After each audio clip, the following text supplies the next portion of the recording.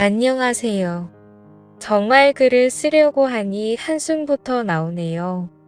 어디서부터 써야 할지 화가 나서 술도 한잔하고 울고 어디서 말도 못하겠고 여기다 술김에 주저리 써서 사연 보내봅니다.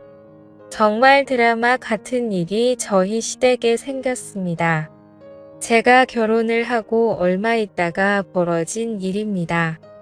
쉽게 요약해서 말하자면 시어머님이 밖에서 아이를 낳았습니다. 당연히 집이 발칵 뒤집혔죠. 저는 남 부끄러워서 친정에는 아무 말 안 했고요. 그 아이는 잘 자랐습니다. 조금 더 얘기하자면 그 아이는 시댁에서 키우기로 했고 애 엄마는 아이를 낳자마자 거의 도망가다시피 했고 나중에 알게 된 사실인데 시어머니가 5천만 원인가 해줬답니다.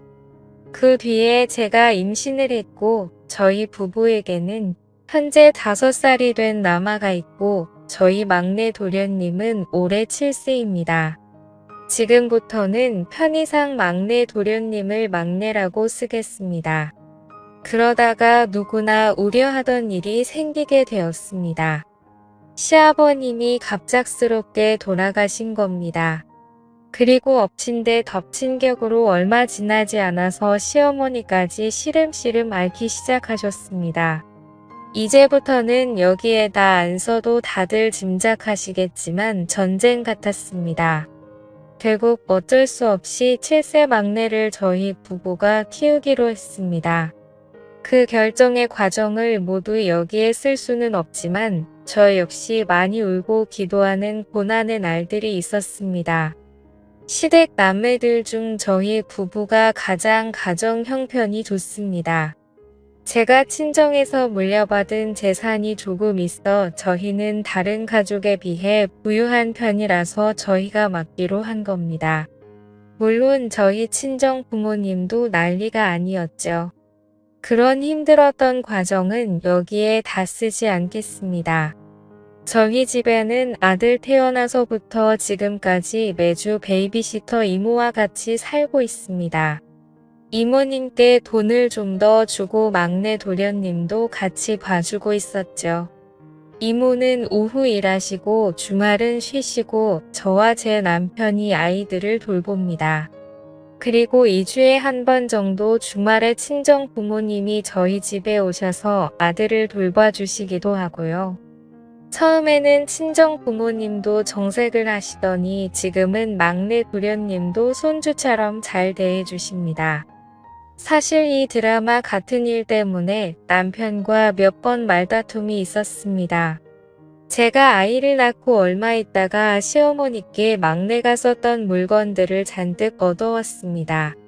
같은 남자아이고 그래서 별 생각 없이 받아왔고 애야 워낙 빨리 자라니까 그냥 막내 것 말고도 다른 친구들 것도 좀 얻어왔습니다. 그랬더니 세상에 남편이 시어머니께 얻어온 막내 옷이니 뭐니 당장 내다 버리라고 소리를 지르고 버럭대서 한 번 크게 다뤘네요. 그리고 작년 하반기부터 막내 도련님과 저희 가족이 같이 살게 되었습니다. 막내가 예절도 바르고 의젓합니다. 그 어린 게 저에게도 꼬박꼬박 형수님하고 제 남편에게는 큰형님 그러면서 존대도 쓰고 제 아들도 마치 형처럼 살갑게 챙기기도 합니다. 큰 말썽 없이 잘 지내고 있습니다.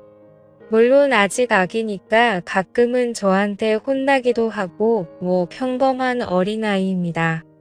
중간중간에 자꾸 눈치 보는 게 있어 사실 보고 있으면 마음이 짠하기도 하고 저는 그렇습니다.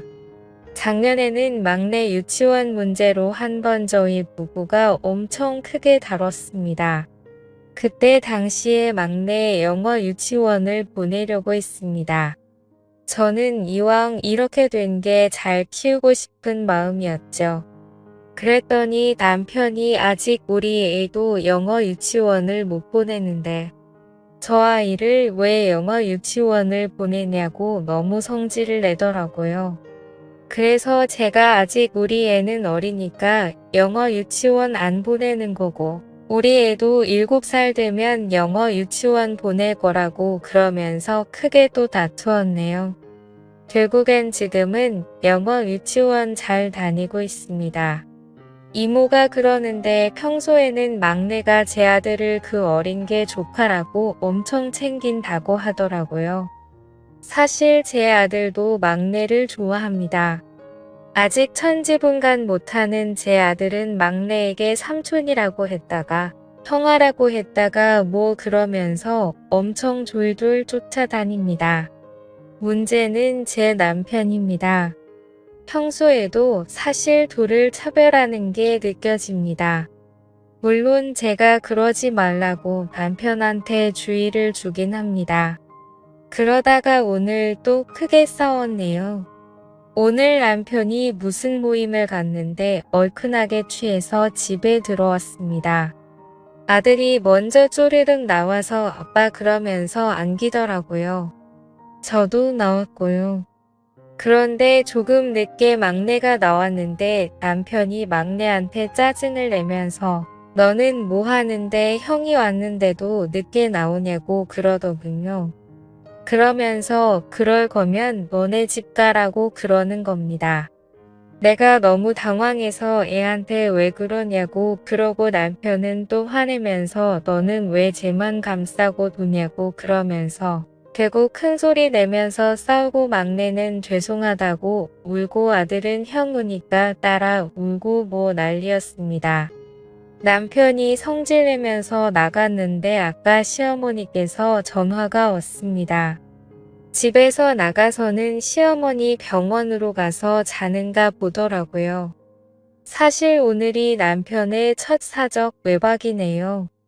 저도 흥분한 애들 겨우 달래고 서재에서 그냥 조용히 술 한잔하고 있는데 눈물이 왈칵 나더군요. 이렇게 글을 쓰다 보니 제 남편이 쓰레기 같은데 사실 남편은 저랑 연애하면서 최근까지 누구에게도 악한 소리 한 번 안 하고 저랑도 싸운 일이 없었습니다. 참 순하고 인성 올바른 사람입니다. 시아버님도 바람둥이 할아버지는 아니었고 명망 있으시고 참 좋은 분이었습니다. 어느 날 남편이 그러더군요. 자신의 롤모델은 아버지였다고요. 인자하고 기품 있고 때론 엄하고 때론 친구 같은 아버지가 좋았다고요. 자신도 결혼해서 아버지가 된다면 자신의 아버지 같은 아버지고 싶었다고 했습니다. 그리고 시아버지는 시어머님께도 참 잘하셨다고 합니다. 두 분 평생 사시면서 큰 소리 한 번 안 내시면서 사셨다고. 근데 밖에서 아기를 데리고 온 순간 그 평생 봐왔던 그 모든 것이 한꺼번에 무너진 겁니다. 작년 어버이날 유치원에서 막내가 그림카드를 3개를 만들어 왔습니다. 형수님께 큰형님께 어머니께 이렇게 만들어 왔는데 너무 기특하고 마음이 아파서 제가 다음날 열차를 타고 막내를 데리고 시어머니 병실로 데리고 갔네요. 근데 그 조그만한 게 자기 엄마 시어머님한테 그러더군요. 자긴 잘 지낸다고. 엄마 빨리 나와서 같이 살자고 그러면서 그 고사리 같은 손으로 자기 엄마 시어머니 손을 꼭 잡는데 제가 다 왈칵 눈물이 나더라고요. 누구 말대로 하늘로 머리 둔 짐승은 기르는 게 아니라고 하죠. 저도 불안합니다. 이렇게 저는 애틋한데 이 막내가 중학생이 돼서 사고치고 학폭이나 끌려다니면 어찌나. 아님 나중에라도 형수가 나한테 해준 게 뭐 있냐고 하면 어쩌나. 하지만 지금은 그 불안감으로는 어떻게 할 수 없습니다. 현실적으로 받아들이고 아이가 잘 클 수 있도록 기도하고 인내하는 수밖에요. 남편도 이성적으로는 알지만 가슴이 그렇지 않은 것 같습니다. 막내한테 잘하다가도 문득문득 저놈 때문에 우리 엄마가 고생한다고 생각하는 것 같아요. 마치 지금 남편은 중학생 사춘기 아들 보고 있는 기분입니다. 근데 쓰다 보니 웃기네요. 원래 이 글의 주인공은 제 남편이 아니라 제가 되어야 맞는 거 아닌가요? 제가 남편처럼 막 저렇게 방황하고 남편이 사연을 보내야 될 것 같은데 이건 거꾸로 되었네요. 현실적으로 지금 가장 큰 걱정은 남편이 막내한테 손찌검을 하거나 언어폭력을 쓸까봐 무섭고 남편은 사실 저랑 교제부터 여지껏 욕 한 번 하는 걸 못 봤는데 막내가 집에 오고 나서부터는 성격도 조금 사나워지고 예민해졌으며 술 마시는 횟수도 꽤 늘었습니다. 그리고 그냥 이렇게 보고 있으면 우울증 증세도 있는 것 같습니다.